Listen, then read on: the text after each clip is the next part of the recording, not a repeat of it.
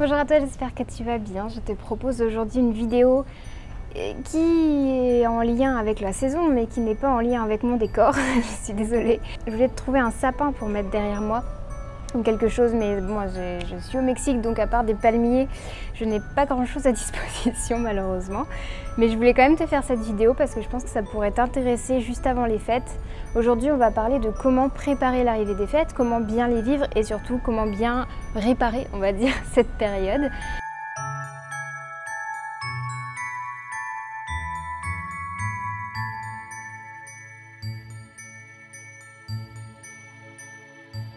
Ça me tient à cœur parce que c'est une période qui peut être très nourrissante comme très stressante. Donc c'est important, je trouve, d'avoir le point de vue de l'Ayurveda et de bien se connaître. Si jamais tu ne connais pas ta constitution de naissance, par exemple, ça peut être intéressant de faire un bilan pour savoir quelles sont tes tendances, etc. Et aujourd'hui, je vais donner des conseils généraux, donc comment se préparer aux fêtes, et aussi des conseils par constitution, donc par dosha. Comme ça, tu pourras voir un petit peu sur quoi tu peux te concentrer en fonction de ta propre constitution de naissance. Donc il faut savoir que l'hiver, c'est une saison d'aggravation du dosha Vata et ensuite du dosha Kapha, puisque ces deux doshas-là sont des doshas qui sont froids. Donc un dosha, c'est une humeur, c'est une énergie dans le corps qui régit certaines fonctions. Si tu ne connais pas les doshas, je te renverrai un article que j'ai créé et que je te mettrai dans la description de cette vidéo. Dans tous les cas, ce qui se passe en hiver, c'est que le froid va augmenter, donc le dosha Vata et le dosha Kapha vont aussi potentiellement s'aggraver. Pourquoi ces deux doshas-là? Parce que le début de l'hiver et l'automne sont plutôt reliés au dosha Vata, alors que la fin de l'hiver et le printemps sont reliés à Kapha. Donc plus on avance dans l'hiver, plus ça va devenir lourd, plus Kapha va potentiellement s'aggraver. Donc tu te dis bien que avec la présence des fêtes en plein milieu de l'hiver, ou en tout cas en plein milieu de la saison froide, ça va avoir tendance à stimuler un petit peu ce Kapha qui peut facilement s'aggraver. Donc de manière générale, pour éviter d'aggraver Vata, on va commencer par lui.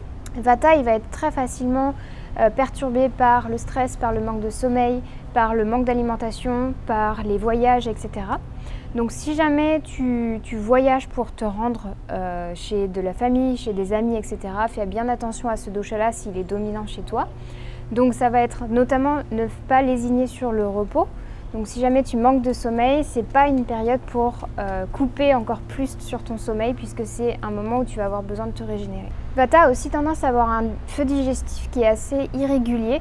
Donc ce qu'on va recommander, c'est plutôt que d'avoir un énorme repas ou deux énormes repas dans la journée, de faire plutôt des petits repas. C'est un peu compliqué pendant les fêtes parce qu'on a ce gros repas de Noël ou deux repas de Noël. Mais c'est quelque chose que je peux vous conseiller. Dans ma famille, par exemple, on a tendance à diviser les repas en deux. On va faire un repas plus poisson, fruits de mer et un repas plus viande. Parce que ça, c'est un autre conseil de l'Ayurveda, c'est d'éviter de faire trop de mélanges. Et notamment des mélanges comme des produits laitiers et notamment du lait avec du poisson ou des produits laitiers avec de la viande en général. Donc ça peut être très compliqué quand on essaie de respecter l'Ayurveda et c'est pas le but pendant les fêtes puisque c'est un moment de partage, c'est un moment de célébration, donc on n'est pas là pour faire un repas le plus simple possible. Mais si jamais ta digestion est un petit peu difficile de manière générale, essaye de privilégier des repas plus simples et de diviser sur plusieurs petits repas plutôt qu'un gros. Une autre chose importante pour Vata, c'est bien sûr la chaleur. Donc si jamais tu as froid, c'est très compliqué pour Vata de se rééquilibrer, notamment pour la digestion. Quand Vata il a froid, il va avoir beaucoup de mal à digérer, donc fais bien attention à garder tout ton corps au chaud. Et un petit conseil que je peux donner pour après les fêtes, donc si tu as pas mal mangé pendant les fêtes comme on fait tous, un conseil pour Vata, c'est de ne pas jeûner, bien sûr. Si tu n'as pas vu cette vidéo que j'ai faite sur le jeûne, je te la conseille, je te la remettrai dans le i en haut de cet écran et puis dans la description de la vidéo. Vata a beaucoup de mal à jeûner, c'est pas conseillé pour lui, tout simplement parce que c'est un dosha qui est instable déjà et qui est léger. Et le jeûne a tendance à aggraver ces qualités-là. Par contre, ce que Vata peut faire, c'est de faire une journée d'allègement alimentaire, comme par exemple une journée soupe ou une journée khichdi, ce genre de choses-là. Donc pendant toute la journée, on va manger la même chose, donc soit une soupe, soit un plat comme le khichdi, c'est un plat ayurvédique qui se compose de riz, de temps en temps des légumes et surtout du riz et des légumineuses avec des épices, etc. C'est un plat un peu particulier. Donc ça, c'est vraiment quelque chose que je te recommande si ton Vata est dominant chez toi en constitution et que tu as besoin d'alléger ton alimentation. Ne va pas dans l'extrême du jeûne, mais reste sur des journées monodiètes de soupe ou de kitcheri. Pour Pitta, en général, Pitta il supporte bien cette saison pour 2 raisons. La première, c'est qu'il a chaud naturellement, donc en hiver ça le convient bien qu'il y ait du froid. Et en plus, il a un très bon système digestif, donc lui il peut digérer en principe tout et n'importe quoi, tant qu'il fait attention. Bien sûr, quelqu'un qui a un Pitta en dominance peut très bien avoir un feu digestif qui ne fonctionne pas bien si jamais il a été déséquilibré, mais en principe, dans sa constitution, il a plutôt des facilités à digérer à peu près tout. Cependant, Pitta doit bien faire attention à la consommation d'alcool puisque ça touche le foie qui est l'organe principal de Pitta et ça a tendance à le faire surchauffer, etc. Donc c'est vraiment un aliment à consommer avec modération, même pendant les fêtes. Bien sûr, il y en a un petit peu plus que d'habitude. L'Ayurveda ne va pas recommander d'éliminer tout alcool, surtout si tu n'as aucun déséquilibre, mais si tu sens que tu as un peu de Pitta en excès de base, évite de rajouter trop d'alcool, de boissons alcoolisées en plus là-dessus. D'autres aliments qui sont un peu lourds pour le foie et qui peuvent chauffer, ça va être notamment les excès d'épices, tout ce qui est frit, la viande rouge notamment, le poisson, les fruits de mer particulièrement parce que c'est très salé. Et aussi le chocolat, donc particulièrement le chocolat noir pour Pitta. Donc tout ça, c'est des aliments, si ce dosha est dominant chez toi, à plutôt consommer, mais avec modération. Une autre chose que j'aimerais conseiller pour les personnes qui ont du Pitta en dominance, c'est de relâcher le besoin de perfection. Je trouve que pendant ces périodes-là, on peut avoir beaucoup besoin de se dire bon, je vais avoir le cadeau idéal, la cérémonie idéale, la tenue idéale, peu importe, c'est ce à quoi tu t'identifies, mais en tout cas relâcher cette tension-là où en principe, c'est un moment qui doit être un moment joyeux, un moment de partage. Donc recentre-toi là-dessus et le reste, c'est pas vraiment le plus important. Ce qui est important, c'est de passer du bon temps avec les personnes qui sont autour de nous à ce moment-là. Et un autre conseil qui va suivre un petit peu celui-ci, c'est d'en profiter pour jouer et rire. Si tu es entouré de personnes dont tu es proche, de ta famille, et que si vous entendez bien, c'est mieux. Mais de profiter de ce temps-là pour faire des jeux, pour relâcher vraiment la tension et de ne pas être que dans le mental, que dans la réflexion. C'est vraiment quelque chose que je conseille beaucoup pour Pitta parce qu'il a tendance à être très sérieux.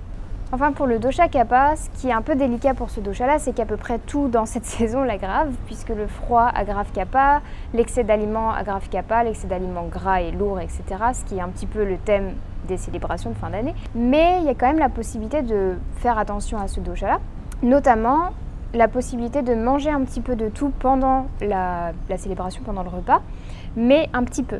C'est-à-dire que vous allez prendre par exemple une petite assiette. Ça paraît un petit peu absurde, mais il est montré dans certaines études que le fait d'avoir une assiette plus petite donne l'impression qu'elle est plus pleine et on va manger moins en quantité. Donc ça peut être une possibilité. Si c'est un buffet par exemple, prendre une petite assiette, la remplir et ensuite la consommer en conscience, etc.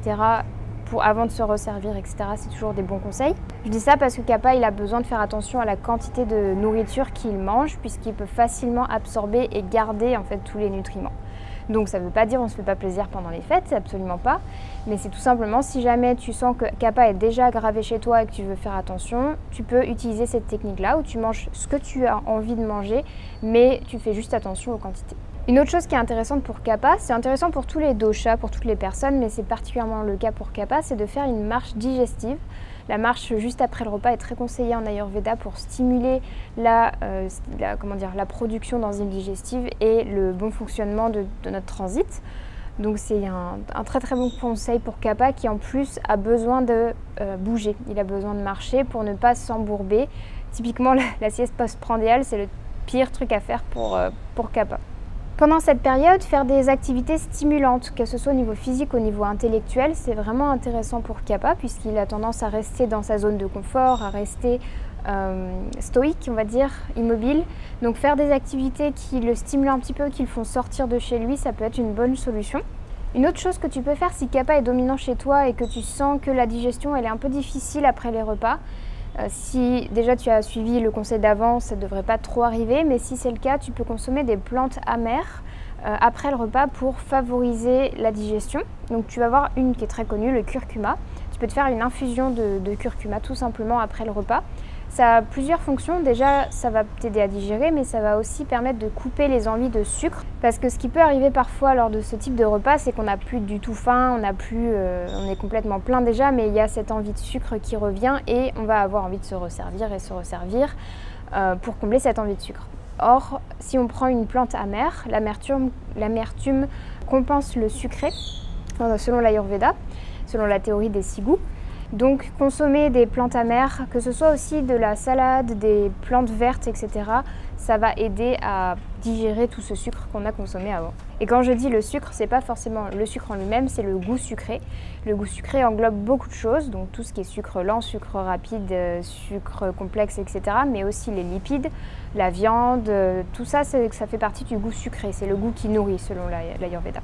Une fois que les fêtes sont passées, la personne qui a du dosha Kapha en dominance peut, par exemple, plutôt que de faire comme Vata faisait une journée de soupe, Kapha, lui, elle a totalement la capacité de jeûner. Bien sûr, je te recommande de demander l'avis d'un conseiller, d'un praticien en Ayurveda si tu veux des conseils plus personnalisés, mais dans l'ensemble, Kapha est la personne ou le dosha qui supporte le mieux le jeûne, puisque le jeûne a des qualités opposées à Kapha. Donc il va permettre de l'alléger, de le mettre en mouvement, de faciliter la digestion, etc. Donc tu peux intégrer une journée de jeûne par semaine, juste après les fêtes par exemple. Et enfin, un autre conseil pour Kapha, ça va être de rester active de manière générale, donc ne pas attendre forcément le 1er janvier pour se mettre à faire du sport, etc. Mais de continuer à être actif et active pour éviter que Kapha s'accumule, parce qu'en réalité, on ne se rend pas trop compte en hiver qu'on a accumulé autant de Kapha, c'est au printemps qu'on va s'en rendre compte quand la chaleur va revenir et qu'elle va faire fondre, entre guillemets, le Kapha qui sera accumulé dans le corps. Donc c'est là qu'on va avoir des petits soucis, par exemple, des soucis ORL, de production de mucus, de l'asthme, ce genre de choses-là. Donc ça, c'était des conseils un peu personnalisés par dosha. Mais il y a des conseils qui vont fonctionner de manière très générale pour, là je me concentre un petit peu sur les repas de fin d'année parce qu'on va en parler, mais pas forcément seulement ça. De manière générale, éviter les boissons et les aliments glacés. Alors, la bûche glacée, oui, je sais. En petite quantité, loin du repas si possible, vraiment très loin du repas si possible. À la limite même en encas, en collation du 4 heures après le repas. C'est l'idéal parce que c'est vrai que tout ce qui est glacé atténue énormément Agni, donc le feu digestif, et il a beaucoup de mal à remonter après ça. Donc c'est quelque chose que je te conseille. Et si c'est toi qui prépares le menu, tu peux remplacer la bûche glacée par une autre type de bûche ou un autre type de gâteau dans lequel tu glisses éventuellement un petit peu de gingembre, un petit peu de curcuma, etc. pour stimuler tout ça. Et si tu veux préparer une bûche allégée, tu peux aussi privilégier des farines sans gluten, tu peux privilégier une bûche végétale plutôt qu'à base de produits laitiers. Tout ça, ça va permettre d'alléger un petit peu la préparation. Un autre conseil général qui est de se servir un petit peu de tout ce qu'on aime, mais en petite quantité pour pouvoir profiter de la variété alimentaire qu'il peut y avoir à ces moments-là sans avoir à se remplir complètement le ventre. Et manger lentement. Donc profitez vraiment de ce moment pour manger en conscience, d'apprécier ces aliments qu'on n'a pas forcément l'habitude de manger mais qui nous font plaisir sur le coup. Au niveau alimentaire, après les fêtes, ce que je te conseille, c'est de manière générale pour tout le monde, c'est d'avoir une alimentation qui a tendance à diminuer un peu plus Kapha, puisque c'est la période d'aggravation de ce dosha. Donc on va manger un petit peu moins gras potentiellement, on va remplacer le blé par du sarrasin ou par de l'avoine ou par du petit épeautre qui sont des céréales plus digestes et moins lourdes. On va limiter les produits laitiers en trop grande quantité, sauf si on a une aggravation de Vata et auquel cas c'est peut-être recommandé. On mange et on boit chaud, particulièrement pendant cette saison, c'est vraiment très important. Et on continue à faire de l'activité physique pour se stimuler et pour stimuler le feu digestif et le métabolisme en général. C'est ce qu'on appelle Agni en Ayurveda et c'est un des premiers facteurs qu'on essaie de rééquilibrer chez la personne quand on voit qu'elle est déséquilibrée. Et ensuite, sur le plan émotionnel, ce que je pourrais te conseiller, c'est de prendre le temps de noter avant de te retrouver en famille ou avec des amis, de prendre le temps de noter tes boutons émotionnels ou tes boutons mentaux, je ne sais pas trop comment les appeler en français. C'est un peu ces domaines, ces questionnements, ces pensées qui, quand elles vont être stimulées chez toi, vont causer des émotions désagréables. Par exemple, est-ce que toi, ton bouton émotionnel, c'est en lien avec ton apparence physique ? Ou est-ce que ça va être en lien avec les choix que tu as faits dans ta vie, les enfants par exemple, le mariage, des voyages, etc. Ou encore, en ce moment, c'est un peu compliqué vu la situation actuelle, des choix politiques. Tout ça, je te conseille vraiment d'observer en toi ce qui te stimule, les choses qui sont compliquées pour toi à gérer quand on t'en parle, quand on te pose des questions ou quand on te fait des remarques, et d'aller explorer ça. Et quand je dis explorer, ça veut dire, tu vas par exemple écrire la chose, voilà quand on me dit ça, je réagis de telle manière. Et ensuite, essayer d'aller explorer pourquoi. Donc tu peux remonter, par exemple, j'ai telle émotion qui est stimulée. Pourquoi cette émotion elle est stimulée? Parce qu'au final, ça pourrait très bien me passer au-dessus et je pourrais très bien ne pas m'en soucier, mais qu'est-ce qui fait que moi ça m'affecte? Et ensuite, tu peux remonter comme ça la cause jusqu'à trouver des causes parfois un peu improbables qui remontent à longtemps, à des souvenirs d'enfance parfois. C'est vraiment quelque chose que je te conseille parce que ça peut être assez stimulant d'être entouré d'autant de monde dont on n'a plus trop l'habitude de voir au quotidien parce que c'est des gens qui font partie de notre famille mais qui ne sont pas forcément dans notre vie de tous les jours et qui n'ont pas fait les mêmes choix de vie. Et ça te permettra de vivre cette période d'une manière beaucoup plus apaisée, beaucoup plus calme, puisque tu ne vas pas prendre les choses personnellement, ou en tout cas pas autant, parce que tu sais très bien que ces personnes-là, soit elles posent ces questions parce qu'elles ont l'habitude de le faire, soit qu'elles sont vraiment curieuses en fait de savoir, soit qu'elles cherchent tout simplement à te stimuler. Ça arrive, il y a des personnes comme ça. Mais tu ne vas pas leur répondre en fait de cette manière, tu vas tout simplement leur laisser de l'indifférence si c'est ce qui est nécessaire. Ça peut aussi entamer une réflexion et une discussion très intéressante si la personne elle est ouverte à ça. Mais dans tous les cas, ne laisse pas les choses t'atteindre dans le sens où ça va te faire générer des émotions très désagréables qui vont t'empêcher de passer un bon moment. Et enfin, un autre conseil par rapport à l'émotionnel, le comportement, ça va être d'accepter la lenteur de l'hiver. Je sais que c'est quelque chose avec lequel j'ai beaucoup de mal. Juste après les fêtes, en général en janvier, je ressens ce coup de mou, de lenteur qui arrive, le CAPA qui s'installe. Et c'est souvent une période un peu compliquée pour moi. Une période dans laquelle j'ai du mal à me mettre en mouvement, à être motivée, etc. Je ne sais pas si ça va être le cas cette année, mais ça a été le cas les dernières années. Donc je te conseille vraiment d'accueillir ça avec toute la beauté que ça peut avoir. Maintenant que j'ai cette connaissance des saisons, de l'Ayurveda, ça se passe beaucoup mieux. Mais je sens que j'ai toujours en moi ce côté « Oh oui, mais là ça ralentit et puis j'ai plus autant envie de faire telle chose et telle chose ». C'est pas grave en fait. C'est un moment où on a envie d'être plus à l'intérieur, on a plus envie d'être en soi. C'est le moment qui correspond aux règles chez la femme au niveau du cycle lunaire, donc c'est un moment d'introspection. C'est un bon moment pour, comme je vous disais dans le bullet journal, pour vous concentrer sur les graines que vous voulez planter pour le printemps prochain. C'est pas le moment encore de récolter et de commencer à... Les bonnes résolutions, c'est bien, mais au final, ce qui compte, c'est quelles graines je vais déjà choisir de replanter. Donc tu peux te concentrer là-dessus et ne pas laisser la morosité de l'hiver te gagner. Et là, il y a plein de conseils en Ayurveda qui vont être utiliser la lumière, utiliser les couleurs. Donc là, j'ai une couleur qui, normalement, devrait empêcher ce côté très morose de naître. Au niveau alimentaire, tu peux mettre de la couleur dans tes assiettes, les épices, tout ce qui va être chauffant, etc. Ça va être très réconfortant. Donc on va pouvoir éviter ce côté-là. Rester actif dans une mesure qui nous convient. Donc pas être hyper actif, mais rester actif au niveau physique, avoir une activité physique, avoir une activité intellectuelle suffisante pour nous stimuler un petit peu au quotidien sans que ce soit épuisant. Voilà, je te fais une petite liste non exhaustive de tous les conseils que je pouvais te donner pour cette fête, pour cette période en fait de fête. J'espère que ça va t'aider. N'hésite pas si tu as d'autres suggestions à me les mettre en commentaire, comme ça on en fait profiter tout le monde. Comment toi tu vis cette période? Est-ce que c'est une période agréable ou est-ce que c'est une période de stress, une période de frustration peut-être par rapport à certaines personnes ou par rapport à certaines situations? N'hésite pas à partager tout ça en commentaire, qu'on puisse en discuter. Pour ma part, ce sera un Noël chaud, voire très chaud, puisque je suis sous les tropiques. Je remercie toutes les personnes certaines personnes m'envoient des vidéos de neige, des photos de l'hiver, etc. Ça me fait vraiment beaucoup de bien. J'adore la neige, j'adore cette période de célébration, d'intériorisation. Même si, comme je disais tout à l'heure, après, ça peut être un peu compliqué pour moi. Ça reste... j'aime beaucoup en fait les changements de saison. Le fait qu'on vive des saisons très différentes, ce qui n'est pas vraiment le cas là où je suis au Mexique. Mais c'est pas grave, je le vis complètement, une toute nouvelle expérience. Donc voilà, je remercie les personnes qui m'envoient des petites vidéos, des photos d'hiver, de neige, etc. Ça me fait beaucoup de bien. Et moi je vais expérimenter un Noël sous les tropiques au bord de la mer.